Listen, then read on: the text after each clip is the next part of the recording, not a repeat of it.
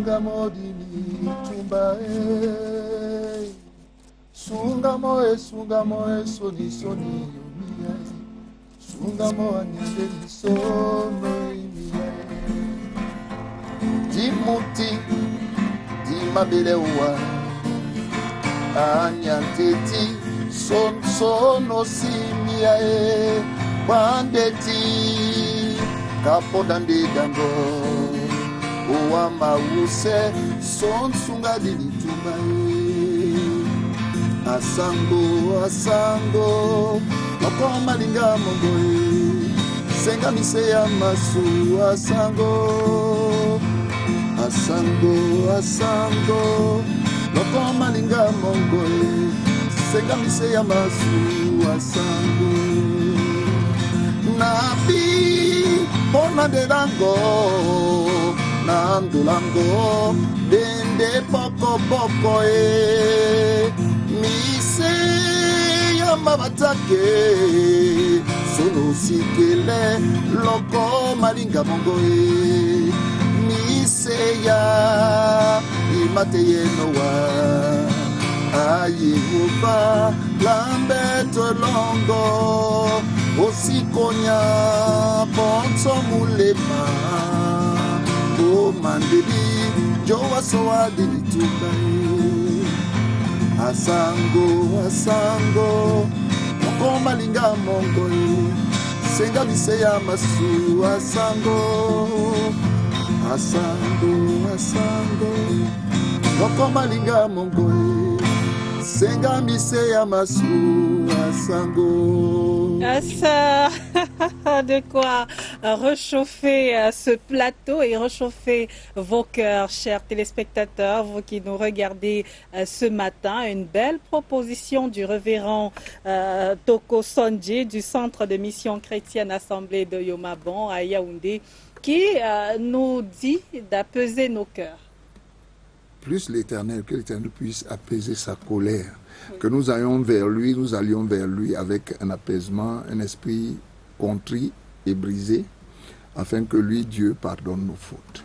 Et c'est une composition qui date de quand? Avec vous, oui, on a toujours droit. On est dans les années 2004. 2004. Oui. D'accord. Alors, vous êtes là, révérend Toko Sondjé, ce matin pour parler de la thématique de ce dimanche. Quelle liberté pour les chrétiens à l'épreuve des exigences religieuses. Et voilà, propos introductifs. Les chrétiens n'ont pas en réalité des interdits en tant que tels. Déjà, la parole dit, tout nous est permis, mais tout ne nous est pas utile. C'est-à-dire que c'est ce que les autres prônent dans ce qu'on appelle le libre choix, le libre arbitre. Tout nous est permis, mais tout ne nous est pas utile. Les chrétiens sont souvent déchargés, désorientés, désaxés, parce qu'ils se sentent obligés de faire certaines choses. Il n'y a pas d'obligation. On obéit à notre conscience, on obéit également à la parole. Quand nous allons vers le Seigneur Jésus-Christ, il ne nous contraint pas, il ne nous étouffe pas. Ce n'est pas une étreinte mortelle que le Seigneur Jésus-Christ nous donne, c'est une étreinte d'amour. Dans sa parole que nous avons acceptée, pour entrer par exemple dans les eaux du baptême, faire chemin avec le Seigneur Jésus-Christ. Je vais un peu paraphraser un philosophe, je crois c'est Rousseau, qui disait l'obéissance aux règles que nous sommes prescrits, c'est ça la liberté. Jésus, nous venons à Jésus, il nous dit que je serai votre époux. Moi, j'aime pas ça, j'aime pas ça, j'aime pas ça, j'aime pas ça. Vous êtes libre de faire tout ce que vous voulez. Mais est-ce que cela est utile dans le cadre de votre ménage? Non. Prisons ce qui est utile. Les chrétiens se sentent un peu apparemment étouffés, en réalité parce qu'ils ne connaissent pas vraiment le Dieu qui sait. On a l'impression que ces chrétiens-là, ils ont tellement d'exigences vis-à-vis que la religion les exige beaucoup de choses. Il faut prier instantanément. C'est ce qui est demandé parfois par des prélats, par des hommes de Dieu. Il faut jeûner, il faut etc. Il y a beaucoup de choses à faire. Oui, quelque part, c'est vrai. Mais on n'a pas besoin d'entrer dans une église pour comprendre que nous cohabitons avec des forces du mal. Nous vivons dans la famille avec des personnes qui sont de la famille, mais ennemis de la famille. Nous vivons avec des amis ou des collègues de service qui sont des collègues, mais pourtant des ennemis. Or, qu'est-ce qu'il faut avoir comme situation qui va faire en sorte que nous puissions contrer les forces du mal? Nous avons dans le cadre du christianisme, ou tout au moins de la chrétienté, nous avons la prière. Et la prière dose la contre-attaque jusqu'à un certain niveau. Nous allons prescrire le jeûne, parce que le jeûne, c'est la prière à l'étape supérieure. Oui. Donc, ce n'est pas des obligations. Aller à l'hôpital, ce n'est pas être contraint par quelqu'un pour aller à l'hôpital. Parce qu'on est malade, on se sent malade, il faut prendre les médicaments, il faut bien se faire consulter par un médecin pour avoir un bon suivi. Voilà tout simplement ce qu'on peut demander dans ce cadre-là. C'est vrai que beaucoup d'assemblées, je ne suis pas là pour critiquer, Oui. mais j'attire l'attention des gens que tout le monde ne comprend pas bien, tout le monde ne peut pas comprendre la même chose au même moment, tout le monde ne peut pas aller dans le même sens. Parce que la parole de Dieu se révèle. Et quand elle se révèle, il y a des gens qui ont des limites déjà dans leur entendement. Dans leur entendement, ils vont prendre ce que eux, ils trouvent bon. Parce que ce qui va paraître devant les hommes, c'est ça qui sera facile à percevoir. Et ça fait qu'on va nous étiqueter en tant que chrétiens compte tenu de notre tenue devant les hommes. Mais déjà, le Seigneur Jésus-Christ nous demande de ne pas chercher à appliquer notre justice vis-à-vis des hommes. Il faut l'appliquer vis-à-vis de Dieu. Mais révérend, comment est-ce que le fidèle, comment est-ce que le chrétien sait qu'il est libre dès lors qu'on lui demande la dîme, il doit la donner, il doit la chercher, il doit donner des quêtes, parfois quotidiennes, il doit, comme je le disais, prier. Et on a même, et c'est la vie populaire, généralement, on se dit que aller à l'église nous annihile parce que finalement, c'est comme si on y allait comme des moutons, matin, midi, soir, des personnes qui prient, qui ne s'occupent même plus de leur famille. Non. Les gens comprennent mal. Et je dirais toujours aux chrétiens, quel que soit votre guide spirituel, qui vous enseigne ce qui est écrit parce que c'est le code. Mais maintenant, la plupart des chrétiens se sentent contraints parce qu'ils veulent mener une vie qui est extra. Que chacun essaie de vivre avec ses moyens, compte tenu de ses moyens. Quand je vais revenir maintenant en ce qui concerne la dîme et peut-être la collecte. La dîme est demandée, mais elle n'est pas exigible. Vous êtes libre de la donner ou non. Mais seulement quand une conséquence du non-paiement de la dîme arrive, je vous dis que bon, et c'est justement ça, parce qu'il y a des conséquences. Quand vous voulez organiser des baptêmes, des mariages dans certaines églises, on vous dit, tenez, vous n'avez pas payé la dîme, vous n'avez pas payé la... Depuis 10 ans. Vous ne payez pas votre dernier de culte, votre dernier de culte depuis 10 ans, et donc il faut restituer d'abord tous ces fonds-là qu'on calcule. La restitution n'a pas sa place. La dîme est demandée par Dieu. Oui. Mais je dis très bien qu'elle n'est pas exigible. À côté, il y a les deniers de culte. Bon, maintenant, il y a la collecte. La collecte, l'instigation de la collecte vient d'où? C'est l'apôtre Paul qui disait aux gens d'Éphèse, au lieu de vous déranger quand vous voulez me recevoir, quand j'arrive chez vous, vous pouvez collecter quelque chose tous les dimanches, et tous les premiers jours de la semaine. Vous faites une petite collecte comme ça. Quand je viens vous rendre visite, vous avez quelque chose que vous avez gardé pour me mettre à l'aise. C'est tout. C'est tout. Donc cette dîme-là est destinée au prélat. Maintenant, la dîme est destinée au prélat. Parce que selon la loi,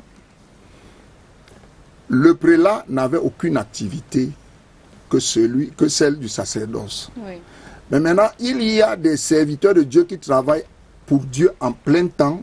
Il y a ceux qui travaillent également, je travaille à la CATV, oui, ou bien médecin, blablabla, et puis j'officie également en tant que serviteur de Dieu. Tout à fait. Ça dépend. Mais je dis très bien que les enfants de Dieu se tiennent cela pour dire, la dîme n'est pas exigible. Mais seulement, quand vous êtes peut-être que vous contournez le fisc, vous arrivez avec votre dossier, peut-être de votre appartement, on ne vous verse pas le loyer. Maintenant, le juge va vous demander que, mais est-ce que vous payez déjà vos impôts, les taxes de cette maison pour laquelle vous voulez que nous, on intervienne, est-ce que vous payez les taxes? Là, ça vous coince. Parce que la dîme est comme à peu près ce que, on peut dire, un impôt qui est On parle de quoi? relevé. De 1/10 des revenus? Oui, c'est le dixième du revenu. Mais je dis bien que ce n'est pas exigible. Celui qui va essayer de faire une filouterie, ça va le rattraper plus tard. Mais nous avons des choses... Je crois que c'est cette transition-là qui n'est pas tout à fait claire. Comment ça va nous rattraper plus tard? Puisque oui, je vous le disais... parce que dans Deutéronome, Dieu dit, voilà ce que je t'instruis comme un règlement à suivre. Le 10e, tu le verseras, voilà comment le comportement que tu auras. Et il revient chez Zacharie, plusieurs personnes n'interprètent pas bien, chez Malachie autant pour moi, n'interprètent pas bien ces textes. Vous me trompez. Comment est-ce que vous me trompez? C'est dans la dîme et les prélèvements. Ramenez dans la maison du trésor toute la dîme. Hein?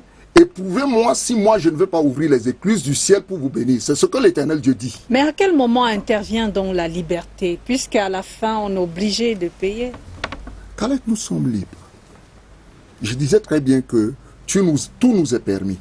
Même la filouterie, là, elle nous est permise. Si on ne paye pas, au bout du fil, ça nous coince. Elle ne nous est pas utile.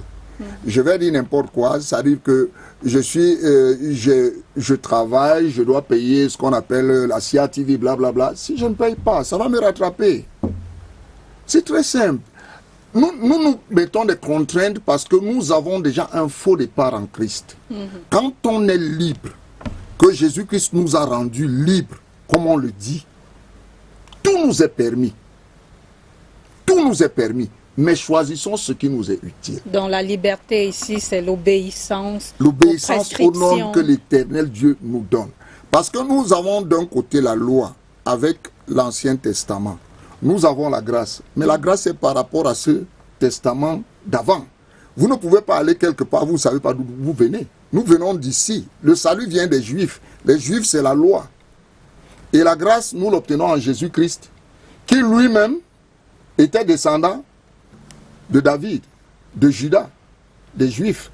La grâce et la loi sont liées. Dites-nous un peu, révérend Toko Sondji, du Centre de Mission Chrétienne Assemblée d'Oyomaban ici à Yaoundé, quel est le profil d'un bon chrétien, d'un bon fidèle?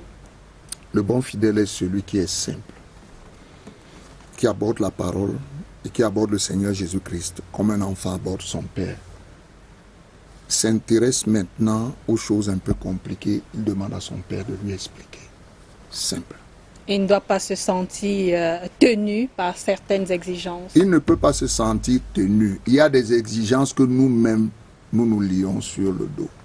Je vais vous donner par exemple, nous étions ici en Afrique, nous ne connaissions pas le pantalon pour la femme.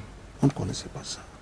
On apprend ça avec l'événement de la télé, blablabla. Ça apprend beaucoup avec nos frères qui viennent, ainsi la mondialisation. De suite. Oui. Cela m'est permis de porter. La femme peut porter le pantalon. Mais une fois que je me souviens que Dieu dit dans Deutéronome 22, une femme ne portera pas le vêtement de l'homme, ni l'homme le vêtement de la femme.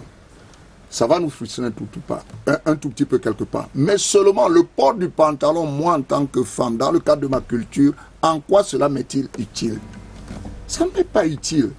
Peut-être que c'est le seul vêtement que l'on a. Et Oui, il n'y a pas que le pantalon, il y a dans les églises interdiction de se maquiller, interdiction de porter des cheveux autres que non, les vôtres. Non, avec Jésus-Christ ne nous a pas interdit plusieurs ça. interdictions. Jésus-Christ ne nous a pas interdit ça. Je dis très bien que tout nous est permis. Mais révérend, le problème c'est que ça dépend parfois des chapelles. Oui, bon maintenant... Si vous voulez que on vous dit souvent, il y a ce que la Bible demande, mais à côté, il y a aussi les exigences pour le bon fonctionnement, notamment des paroisses, oui, chaque berger a une manière de gérer sa paroisse compte tenu des besoins de ses ouailles. Mais seulement, j'insiste que nous sommes libres de tout faire, mais choisissons ce qui est utile. Pour ma part, je ne connais pas tout ce qu'on raconte qu'il faut apporter, acheter de l'eau, acheter de l'huile, je ne connais pas ça. Je suis au service des enfants de Dieu selon que Dieu m'a appelé. Oui. Et je leur montre le chemin, ce qui peut être bien pour eux. Nous allons par exemple dire les femmes qui marchent le crâne nu. Elles s'exposent parce que spirituellement elles sont nues. Elles peuvent être facilement atteintes. Mais une femme ne va pas vouloir se parer d'un voile parce qu'elle veut exposer son nyanga comme on dit. Mais seulement son nyanga est une porte d'entrée par les forces sataniques et démoniaques. Quand elle en sera victime, il ne faut pas crier. Il ne faut pas crier. Alors, le conseil pour sortir de cet échange, c'est quoi? Respecter les exigences de la Bible, mais aussi suivre ce que son prélat dit lorsqu'on est dans une chapelle. Et c'est ça la liberté. Ce que disent les Saintes Écritures. Comprenons certains serviteurs de Dieu parce qu'ils ont leur manière pour pouvoir gérer leurs ouailles compte tenu des habitudes de la communauté. Parce que nous avons dans notre maison nos propres enfants avec les mêmes règles, mais il y a ceux qui suivent les règles, il y a ceux qui ne suivent pas. Essayez de marcher en concordance et en accord avec la logique de la communauté, d'abord restreinte dans le cadre de la chapelle, mais également la communauté ouverte à la ville et au pays. Merci beaucoup, Révérend Toko Sandji du Centre des missions chrétiennes Assemblée d'Oyomaban pour ces bons propos qui éclairent notamment les uns et les autres sur cette question. On va y revenir. Quelle liberté pour les chrétiens à l'épreuve des exigences religieuses? On va sortir avec vous par cette magnifique chanson qui appelle à l'apaisement, notamment apaise ta colère. Et ensuite, ce sera le journal de 8 heures, une présentation de Joël Igor Abanda. Cameroun Delight vous revient juste après avec des hommes de Dieu aussi poignants.